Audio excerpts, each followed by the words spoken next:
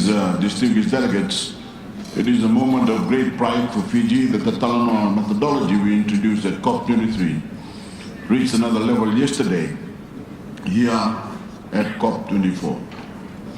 As ministers from around the world join leading non-party stakeholders in dialogue about how we can raise ambition in the climate action struggle. I want to thank you all for embracing the Talanoa spirit to move our collective agenda forward, not in an atmosphere of blame or finger pointing, but with respect, empathy and understanding. To realize that we all have legitimate points of view, but that we are all essentially in the same canoe. And to realize that the scale of the climate threat requires us all to do more, much more, if we are to preserve life as we know it on our planet and the health and well-being of our people, our economies, and our legacy for future generations. The exchange of ideas and best practices that has taken place must now be translated into concrete action as you review your nationally determined contributions. And I appeal to you all to return to your capitals with this Talanoa call for action and demonstrate the political will that is necessary to move this process resolutely forward by 2020. Of all the hundreds of Talanoa sessions held throughout the world since we launched the concept in Bonn in May, this is easily the most important, because as ministers in the sovereign government that make up the conference of the parties, you hold in your hands the power to transform our collective approach to the climate threat. The time for talking and listening, as important as that has been, will continue to be in the Talanoa process, must now also give way to action. The Talanoa dialogue now must give way to the Talanoa call for action. As I've said repeatedly as COP23 President, we face the starkest of choices. Act decisively now to cap the global temperature at no more than 1.5 degrees Celsius above that of the pre-industrial age. Act decisively to embrace the new technologies that will pave the way to a clean energy future and ensure our future prosperity. Or enter history as the generations that blew it, that sacrificed the health of our world and ultimately betrayed humanity because we didn't have the courage and foresight to go beyond our short-term individual concerns. Craven, irresponsible, and selfish.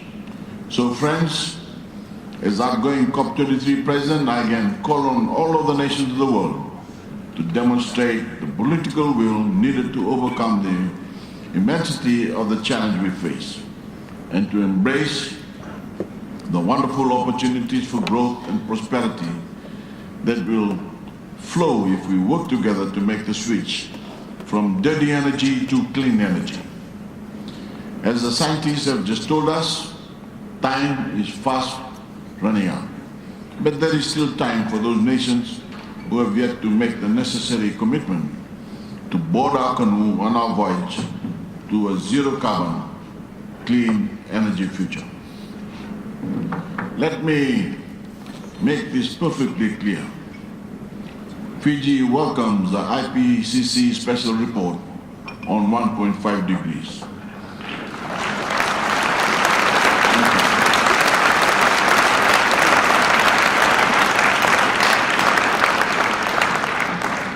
And we thank the thousands of scientists who contributed to it. We must all accept the science, which is irrefutable. We accept science in virtually every single other form of human endeavor. So simple logic dictates that we must do it when the evidence of human-induced warming is so conclusive.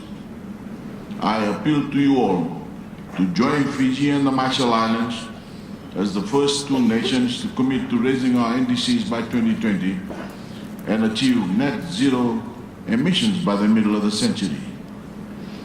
Your Excellencies, if we can do it, so can you. So I ask you all to heed the appeal of the UN Secretary General to come to his summit in New York next September with concrete plans informed by yesterday's Talanoas and the 100 before them to raise your own NDCs.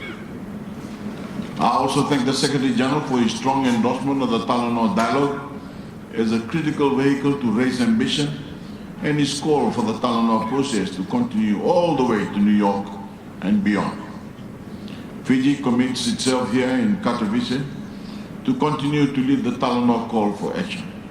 We are proud and very gratified that this specific concept of inclusive decision-making has captured the imagination of the world.